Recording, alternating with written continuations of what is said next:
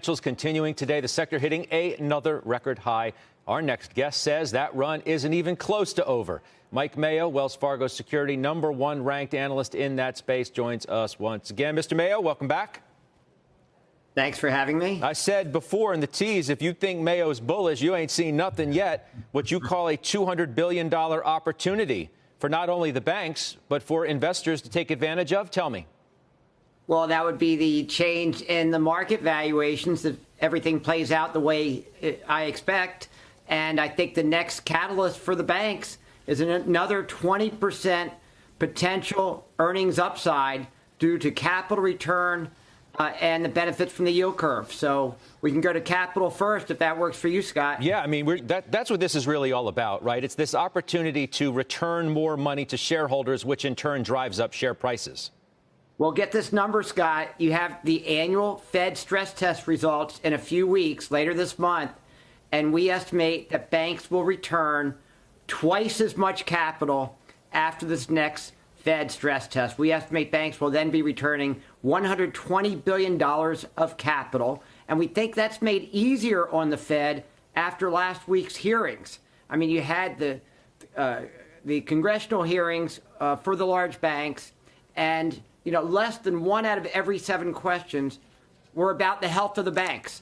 There are literally 3 times more questions about ESG than the financial health of the banks. So you don't really have Congress saying, well, wait a minute, Fed, don't allow banks to return capital. So we think they have the green light to do so at the Fed. We think that's what will happen. And afterwards, that amount of capital return, the all-in yield, the cashback yield, that's buybacks plus dividends combined, should be 7% at the banks. That's how much they should yield.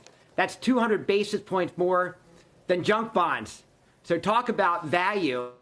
I mean, I know on your show today you've been talking a lot about momentum, but with banks you have momentum, higher earnings estimates, more capital return, and good stock price performance. You have momentum plus fundamentals. That's really awesome. And then you have another catalyst after that as it relates to the yield curve, but I'll stop there for a moment. Yeah, let me just ask you, who takes advantage of the scenario that you just laid out the most? Well, Bank America has been our #1 pick all year. It remains our #1 pick. We think they can return a lot of capital, and especially Citigroup. When you're trading at 1 times tangible book value. Scott, I've been doing this for 30 years. It used to be you're at tangible book value when you're going into a recession, when you're worried about the balance sheet. They're off selling assets probably at prices well above what they're marked at. So Citigroup can buy back stock at tangible book. They're a beneficiary, too. Jenny Harrington has a question for you. Jenny? Hey, Mike. How are you? Good to see you. I'm curious about just how long you think the runway of this outperformance ultimately ends up being. Do you think it's the kind of thing where we're in a market where the performance gets consolidated to a short amount of times and we see a huge run up in the next kind of 6-8 months? Or do you think it's more, eked out over the next several years? And this has to do with more market mechanics and how things are trading and working now. Well, that's a great question. And everyone's always looking to trade bank stocks that get out before they blow up, right? Because that's been the experience. Remember, and Scott, you know this, I was negative on banks for 17 years until about 5 years ago for structural reasons. And I think what's underappreciated is structurally the banking industry is better positioned both from a balance sheet standpoint and from an income statement standpoint. So we think this has legs for the next 3 to 5 years. This is a cyclical recovery and a structural play at the same time. And on that cyclical part, the other part of this is banks are big beneficiaries from the recovery from the pandemic, the yield curve, any inflation, and higher interest rates. So if you're looking for a play on that, banks have $1 trillion of excess cash.